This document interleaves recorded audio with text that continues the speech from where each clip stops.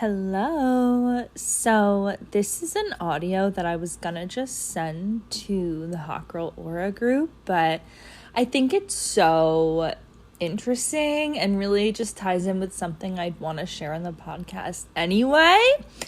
So I've been getting in the Telegram group a handful of women basically saying like, I fell behind.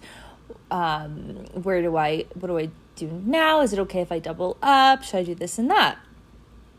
Totally normal. I expect this. We're about 7 days into the challenge, which even though I drip it as an 11-day challenge series, I don't even know what's up, down, left, right, which day it is half the time. So of course I don't expect anyone to do it perfectly or do it the second I post it or like not miss a day or two or whatever. The whole point is that, well, there's a lot of points. Here's one of them. A lot of the women are starting to ask, am I doing this right? Do I have to follow exactly what Kirsten said to get the benefits? Will I still get the same results if I tweak it a little? And so on and so on. This energy obviously comes up a lot, not just in a spiritual practice, but everywhere else in our lives, right? In business, in creativity, in relationships.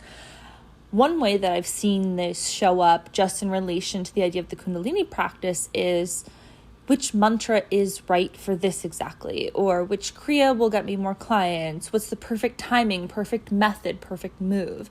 Now, of course, considering that Kundalini yoga is pretty confusing if you have no idea what it is, and it has been marketed and presented as like, this will give you prosperity, this will give you this and that.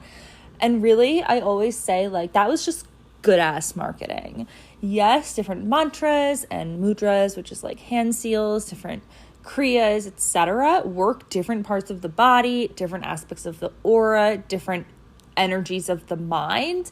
And yet, at the end of the day, it really doesn't fucking matter. As long as you're doing it, you're tuning back to that neutrality. You're tuning back to your innate highest frequency.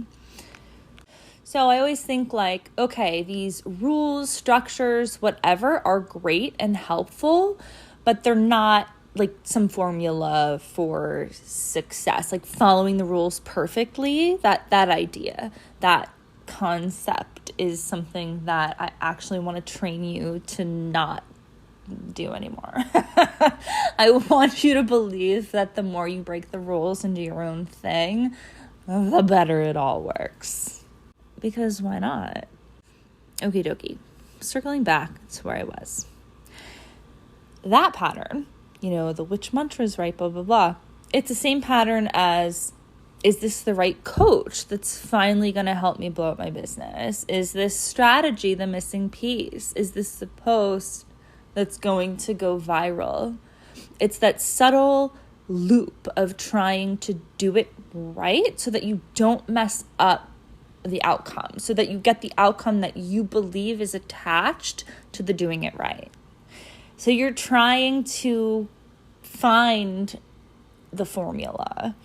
Here's the thing. You're the one who codes the formula.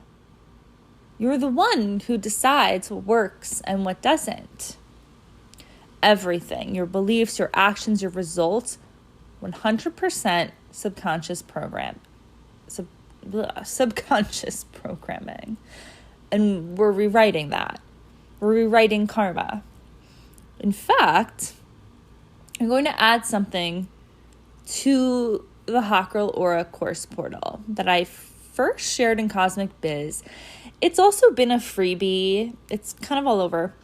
But honestly, it's one of my favorite like subconscious reprogramming things. Besides Kundalini, obviously. It was inspired by the book Think and Grow Rich. Some ways a little outdated, but it's an OG for a reason, so I still recommend it. The idea is simple. You write out a clear, anchored version of what the fuck you want to create and what the exchange for that creation is going to be. So you're like creating a new formula. For example, I wrote this like 2 years ago. By summer 2026, which a year from now, so Okay. By summer 2026, I will have $250,000 in cash savings. How I will do this is by teaching Kundalini yoga online, following my highest creative excitement, believing in myself every day, doing my own Kundalini practice every day, serving the best I can, and selling the best I can. And then I say it every morning. I say it every night. I say it throughout the day when I'm freaking out and thinking I'm not doing enough. And it's not like a desperate affirmation. It's a reprogramming. Because when you add it, when you're doing the mantra work and doing all the nervous system work, then these affirmation type things can integrate. The goal is to train your subconscious to believe and understand that every action you take is contributing to the vision, no matter what. You don't have to know how, you don't have to know anything. Whether it's messy, imperfect, blah, blah, blah, literally doesn't matter. Not your job to figure it out. It's just simply all adding up simply because it is. Because the logical mind is always going to find a way to say, you're not doing enough. You should have done something else. Look at what she's doing. Maybe that's what works. Blah, blah, blah, blah, blah. And I originally added this little tutorial thing in story selling is what it was, because when it comes to selling, creating content, showing up online, it's never going to be enough in your head if that's your programming.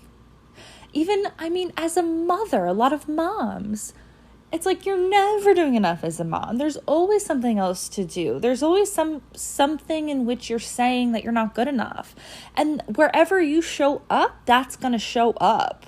Whether it's motherhood, business, a relationship, your body.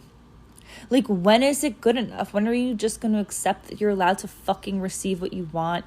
Be bold, beautiful, magnetic right here, right now. Okay. So the mind is always just doing its job, looking for danger, looking for control, trying to avoid rejection, disappointment, blah, blah, blah. It's a mechanism, it's playing out the patterns, but we don't have to live by that anymore. We live by our chosen frequency. We vibrate the cosmos and let it lead. So no, it's never about doing it perfectly. I don't give a fuck if you skip a day. Your auric field doesn't care either. It's about remembering who you are while you're doing it and letting that be the frequency.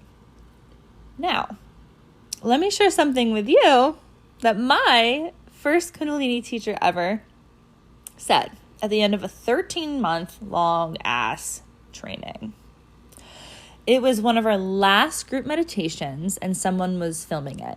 She meant to capture the whole circle, this beautiful sacred moment where we're all chanting, but she accidentally just recorded the floor. Maybe it was just the ceiling. Either way, it was nothing. And Mahan Rishi, the teacher, and also if you're local to me, let's go to his class. He's local. It's amazing. He does workshops and classes in Philly, New York City, the Jersey Shore. Let's go. Okay. Anyway, he goes, that's it. That video is the point. You actually don't need any of this. This whole training meant nothing. Yeah. And he didn't mean that the practice had no value.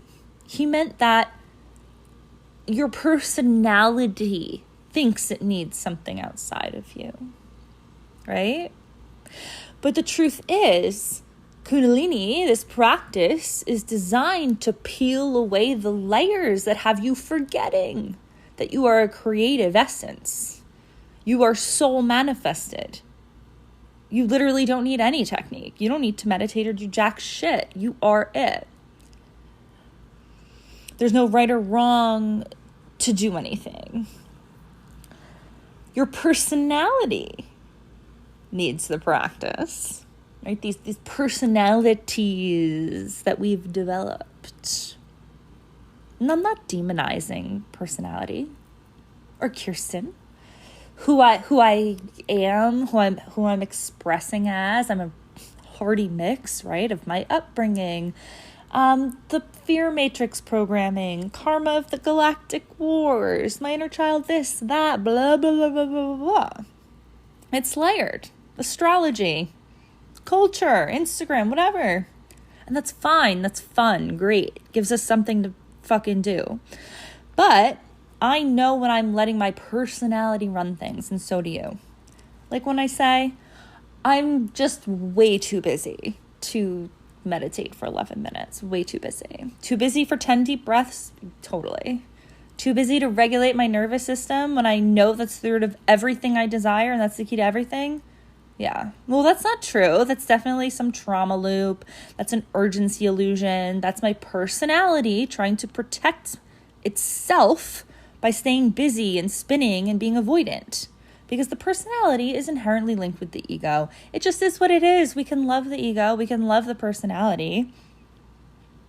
But it's going to avoid stripping itself away at all costs. I'm not saying, oh, just drop your personality, be nothing. Boring.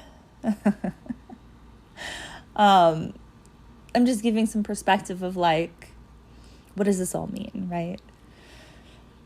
So what if none of this is about being consistent or good, but it's about being free?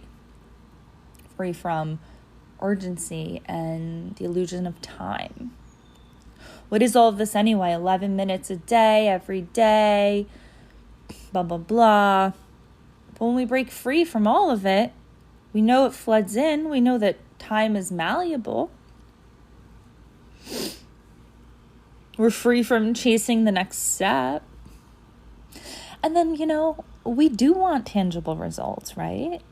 More money, more clients, more people to find my work, buy. You want people to look at your website and know what you're doing and want to work with you.